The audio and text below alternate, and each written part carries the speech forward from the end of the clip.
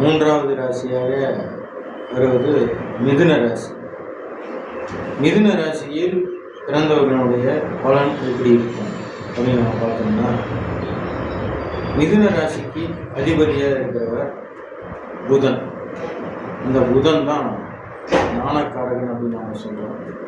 இந்த ஞானத்தை வாரி வழங்குவதில் வள்ளலாக இருக்கக்கூடிய கிரகமாக இருப்பது தான் புதன்.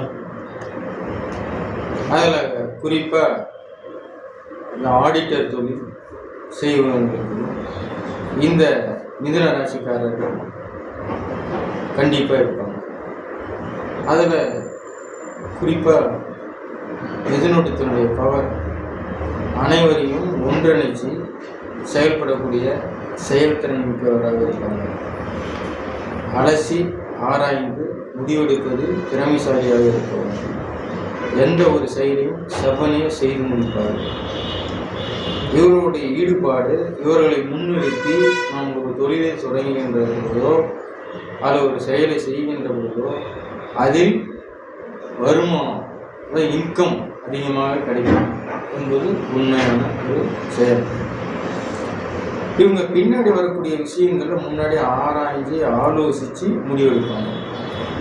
அப்போ செயல்திறன் மிக்கவர்கள், பாசிட்டிவ் திங்கிங் அதிகமாக இருப்பவர்கள், நெகட்டிவும் பாசிட்டிவ் ஆகக்கூடிய பண்பு மிக்கவர்கள்,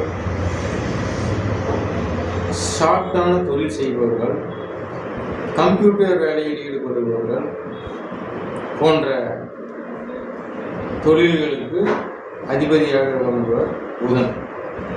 குறிப்பாக நம்ம வீட்டில் வெள்ளி அப்படிங்கிற அந்த உலோகத்தினுடைய பொருட்கள் நம்ம வீட்டில் அதிகம் தங்கறதுக்கு உண்டான காரணகர்த்தாக இருப்பவர் புதனே.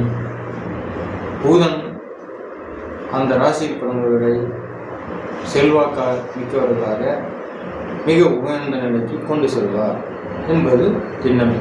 மேலும் இந்த மிதுன ராசியில் பிறந்தவர்கள் அந்த ராசியில் பிறந்ததின் முழு பலனை அறிய என்னுடைய கீழ்காணும் தொலைபேசியில் தொடர்பு கொண்டு நேரில் வந்து முழு பலனையும் அறிந்து தெரிந்து கொள்ள அன்போடு கேட்டுக்கொள்கிறேன்.